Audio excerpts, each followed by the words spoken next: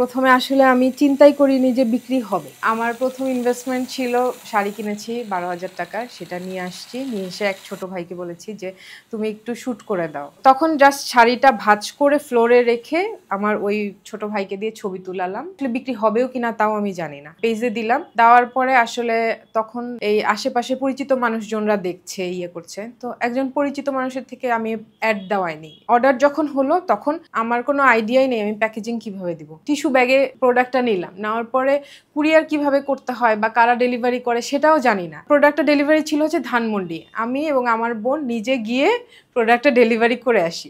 Customer আসলে খুবই অবাক হয়েছে, আমি নিজেই চলে আসছি ডেলিভারি করতে। তো আপুর সাথে কিছুক্ষণ কথা হলো, উনি অনেক শুভকামনা জানালেন। আমাদের প্রথম কাস্টমার ছিলেন উনি। একটা প্রোডাক্ট অর্ডার হয়েছে, ডেলিভারি করেছি, ঝামেলা শেষ। এরপরেও যখন আবার ঢাকার বাইরের অর্ডার আসছে, এখন ঢাকার বাইরে ডেলিভারি কিভাবে দিতে হয় আমি জানি না। আমি আসলে জানি না কুরিয়ার কোথায়। আমি গুগল সার্চ দিয়ে চলে গেছি গাবতলী ওদের একটা হাব আছে, ওইখানে গিয়ে আমি জিজ্ঞেস করলাম যে ভাইয়া আমি তো এরকম প্রোডাক্ট ডেলিভারি করব, কিভাবে করতে হয় আমি জানি না, আমাকে একটু বলেন। এরপরে তারা হচ্ছে আমাকে 10 নম্বরের ঠিকানা দিল। ওইখানে 10 নম্বর এসে আমি ওদের সাথে কথা বলে তারপরে ঢাকার বাইরের পার্সেলগুলো শুরু করলাম। যে সমস্যাগুলো হয়, অনেক সময় নতুন কাস্টমারও তো অর্ডার করে, ফ্রড কাস্টমারও অর্ডার করে, দেখা যায় যে বিক্স না করে বিক্সের একটা ফেক মেসেজ পাঠিয়ে দেয়। তো আমাদের এরকম হয়েছে যে আমার নতুন এমপ্লয়ি জয়েন করেছে, ও বুঝে নাই, ও ফেক মেসেজটা দেখেই ভেবেছে 5,000 টাকা বিক্স করেছে, অর্ডার কনফার্ম করে প্রোডাক্ট পাঠিয়ে দিয়েছে, দ্যাটস গন। এরপরে দেখা যায় যে অনেকগুলো প্রোডাক্ট অর্ডার করে ফেক অর্ডার বলবে যে আমি নিব না, আমার নিতে ইচ্ছা করছে না। তো এই প্রত্যেকটা অর্ডারের পেছনে তো আমাদেরকে খাটতে হয়,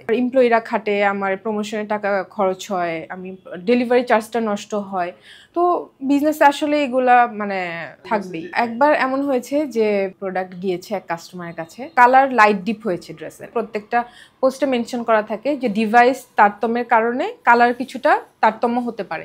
এটা খুবই স্বাভাবিক, কারণ এক একজন এক এক ডিভাইস ইউজ করে। ওই কাস্টমার প্রোডাক্টটা নিতে চাচ্ছে না। তো ডেলিভারি ম্যান কনভিন্স করার ট্রাই করেছে যে আপু মোবাইল বিভিন্ন রকম, হয়তো বা আপনার মোবাইলে একরকম দেখিয়েছে, আমারটাতে দেখেন একটু ডিফারেন্ট হতে পারে। তখন সে মানে তার ইগোতে লেগেছে যে কি আমার মোবাইল খারাপ, আমার মোবাইল কম দামি, আমি কালার চিনি না। তো তখন রাগ করে তাকে মেরে বসেছে। এরকম হয়েছে যে রিটার্ন সে দিবে না, এখন আর আমি প্রোডাক্ট রাখবো, টাকা দিব না।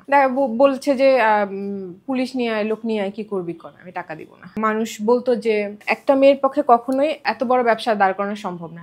পেছনে নিশ্চয়ই অনেক পুরুষ আছে যারা সাহায্য করে, তারা পেছন থেকে বলতো যে পারবে না, ফল করবে, এটা ধ্বংস হয়ে যাবে, দেখা যাক কয়দিন পারে। সব দিক সামলাতে গিয়ে আমি অনেকটা হিমশিম খাচ্ছিলাম। একটা সময় আমার মনে হচ্ছে আচ্ছা আমি কি ভুল করেছি ফ্যাক্টরিটা দিয়ে, আচ্ছা আমার কি এটা কন্টিনিউ করা উচিত, এই ডাউটও আমার মাথায় আসছে। পরেক্ষণে আমি হচ্ছে এগুলো মাথা থেকে উড়িয়ে দিয়েছি, কারণ প্রবলেম থাকবেই।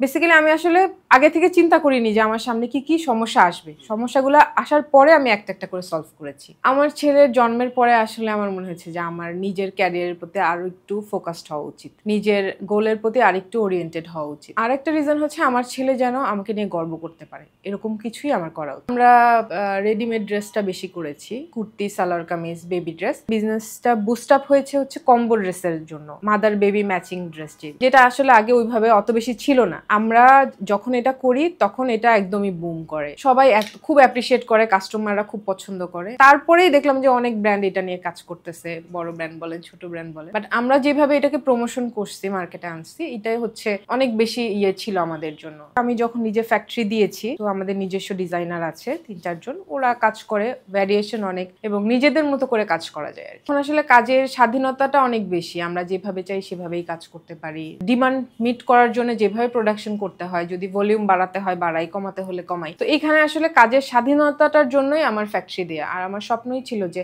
আমার নিজের ফ্যাক্টরি থাকবে, নিজেরা প্রোডাকশন করব, একদম কমপ্লিটলি নিজে সোর্সিং করব, নিজে প্রোডাকশন করব, নিজে মার্কেটিং করব, নিজে কাস্টমারের কাছে প্রোডাক্ট। ফ্যাক্টরিতে আমাদের ইনহাউস কাজ করে 50+ মানুষ, মানে একদম ফিজিক্যালি, এছাড়াও আউটসোর্সিং এ কাজ করে। তো সব মিলে প্রায় 500 জনের মতো হবে যারা ডিরেক্টলি ইনডিরেক্টলি কাজ করে। কারণ আমাদের এখান থেকে অনেক কাজ হচ্ছে ঢাকার বাইরে চলে যায় হাতের কাজে, দেন আমাদের এখান থেকে কাজ নিয়ে যায়, অনেকে নিয়ে গিয়ে বাইরে কাজ করে, ব্লক প্রিন্টের কাজ করে, স্ক্রিন প্রিন্টের কাজ করে, এমব্রয়ডারি কাজ করে। আমাদের আউটসোর্সিং এ অনেক কাজ হয়, ইনহাউস সব কাজ হয় না।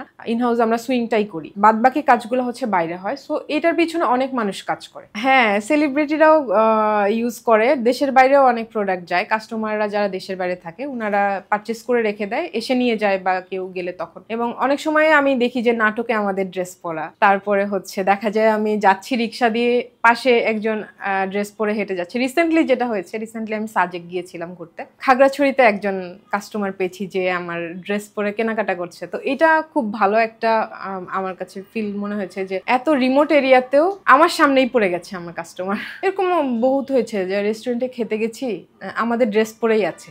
আমি দেখি একটু হাসলাম, উনিও এসে আমার সাথে কথা বলে যে আপু আপনি শ্রাবণী আপু না, অম্বরের জি? বলে যে দেখেন আপনার ড্রেস পরে আছি। তো ওইটা খুব ভালো একটা ফিল দেয় আর কি।